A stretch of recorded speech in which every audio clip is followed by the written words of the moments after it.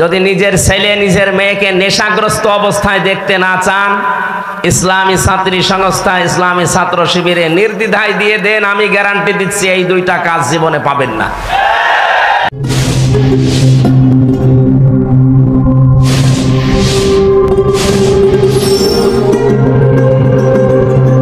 কেন এতদিন তার পরিচয় গোপন ছিল, এতদিন মাথায় তুলে আপনি নাচিয়েছেন, এখন পরিচয়টা দেওয়ার পরে আপনার কি সমস্যা? কি আমি চাই এদেশে ছাত্র দল যেমন প্রতিষ্ঠিত হোক, আমি চাই এদেশে চরমনার আন্দোলনের যারা ছাত্র আছে, ইসলামী শাসনতন্ত্র আন্দোলনের ছাত্র যারা, তারা প্রতিষ্ঠিত হোক।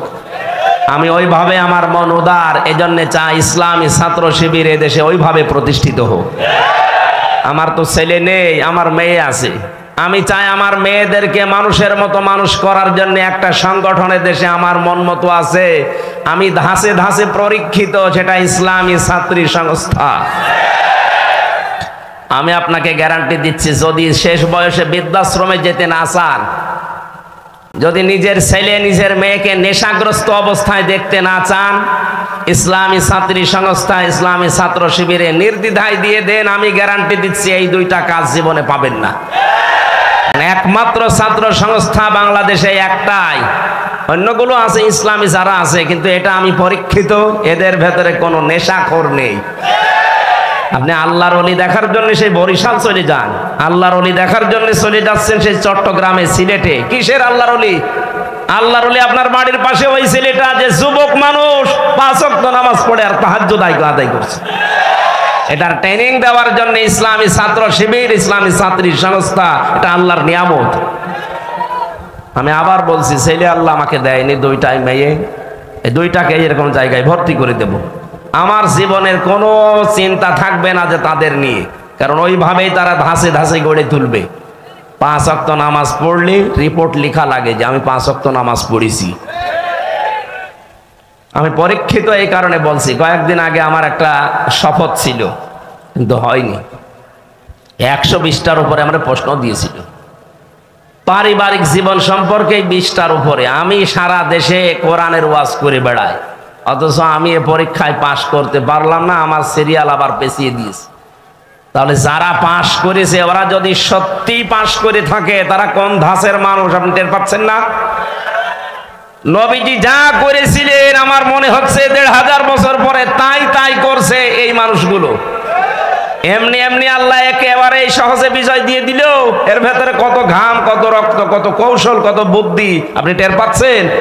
15.5 বছর বহু চেষ্টা হয়েছে, কিচ্ছু হয়নি। জালেম আরো তার বৃদ্ধি বাড়িয়েছে। কথা বলেন। বিশ্ব নবী জানালেন তোমরা পায়খানা কম বানাবা আর চুলা বেশি বানাবা। ওই সময় আবু জেহেল তো আগেই মারা গেছে বদরে। মক্কা বিজয়ের সময় বেঁচে ছিল, কাফেরদের যে নেতৃত্বে ছিল এই লোকটার নাম আবু সুফিয়ান। খুব কৌশল বস্তু। রাতের বেলা গোয়েন্দাদেরকে 4 জনকে পাঠিয়েছে, যা তো দেখ মোহাম্মদ এসেছে নাকি মক্কা বিজয় করার জন্যে, লোকজন কেমন আছে এটা একটু দেখে আয়। ওরা রাতের বেলা একটু হাফসা হাফসা দেখে, পাহাড়ের পাদদেশ থেকে তাকিয়ে দেখছে মানুষ আর কয়জন তো জানে না, তাঁবুর ভেতরে শুধু চুলা গুনতেছে। রান্নাঘর 1 2 3 4, মানে এক একজন মানুষ বানিয়েছে 8টা 10টা করে। 10,000 মানুষ যদি 5টা করেও বানায়, বলেন কত? এই 50,000 গুনতে গুনতে ওদের রাত হয়ে গেছে, রাত 12টা 1টা। একটা কাজ হলো, 5 চুলা যদি এত হয়তো মানুষ কত আছে ও গুনে শেষ করা যাবে না, চল নেতারে বলি। নেতারা এসে বলছে যে কি মানুষের পরিমাণ আমরা জানি না, তাঁবুর ভেতরে কত কি আছে, খালি চুলা গুনিছি।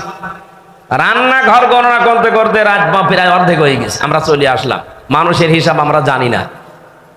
ধমক দিয়ে বলছে পাঠালাম তোদের মানুষ গণনা করতে, তোরা চুলা গুনলি, তোদের দিয়ে হবে না। আরো নতুন 4 জনকে ভোরবেলার দিকে পাঠিয়েছে, যা এবার দেখ।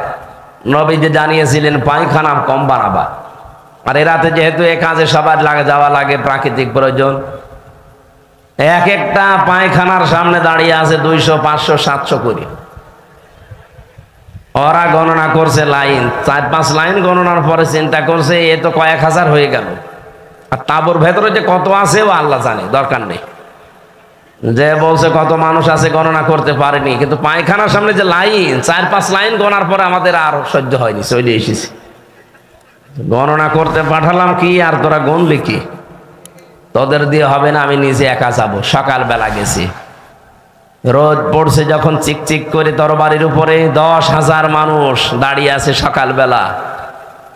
হযরতে আব্বাস রাদিয়াল্লাহু তাআলা আনহু আসছিলেন এই দৃশ্য দেখার জন্য। পাহাড়ের পাদদেশে দাঁড়িয়ে আবু সুফিয়ান তাকিয়ে দৃশ্য দেখে হযরত আব্বাসকে দেখতে পেলেন। বললেন, আব্বাস, মনে হচ্ছে তোমার ভাইয়ের ছেলে ভাতিজা আজ বিশাল বাদশা হয়ে গেছে। তার মশান কি 10,000 তরবারি নিয়ে একা একা গিয়েছিল, অথচ আজকে এসেছে 10,000 মানুষ নিয়ে। হযরত আব্বাস ওই দিন বলেছিলেন, আবু সুফিয়ান তোমার চোখ তোমাকে ধোঁকা দিচ্ছে, ভালো করে চোখ মলন করে আবার একটু তাকিয়ে দেখো, এর নাম বাদশাহী না, এর নাম নবুয়ত। নবুয়তের শান আছে, এই জন্য তুমি এখনো দাঁড়িয়ে আছো। নবুয়ত যদি না হতো তাহলে তোমার মতো কাফের এই জায়গায় কল্লা নিয়ে বডির উপরে দাঁড়িয়ে থাকতে পারতে না। আগস্টের 5-এর পরে যারা ইসলাম বসেন না তারা কিন্তু উল্টাপাল্টা শুরু করেছিলেন, কিন্তু সত্যি যারা ইসলাম বসে 152 জনের ভেতরে 108 জন যারা তাকান তো, তারাও ঠিক এইটাই কায়েম করেছে। তারা দেখিয়েছে, কিন্তু একটাকে হয়তো মানে বাড়িতেও রাখা যায় না, জান্নাতে রাখা দরকার। আর আমারে ওরা ফাঁসির কন্ডেম সেলের ভেতরে 24 ঘন্টা তালা লাগিয়ে আবার সিসি ক্যামেরা দিয়ে রাখে, যেন আমার সাথে কেউ যেন কথা না বলে।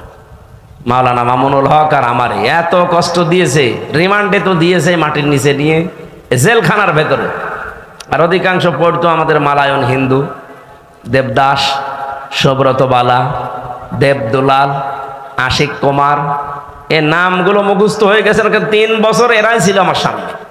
মুসলমান দিত না, মনে করতো মুসলমান দিলে যদি ওর উপর একটু দয়া দেখায়।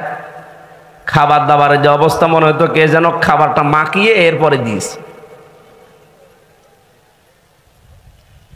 অথচ উনি নিজেও আমার সাথে 4 দিন ছিলেন। ডাক্তার শফিকুর রহমান এই লোকটা ঘোষণাই দিয়ে দিলেন যে আমরা আমার নিজের পক্ষ থেকে যা অত্যাচারিত হয়েছি, আমার দলের পক্ষ থেকে সব আল্লাহর জন্য মাফ করে দিলাম।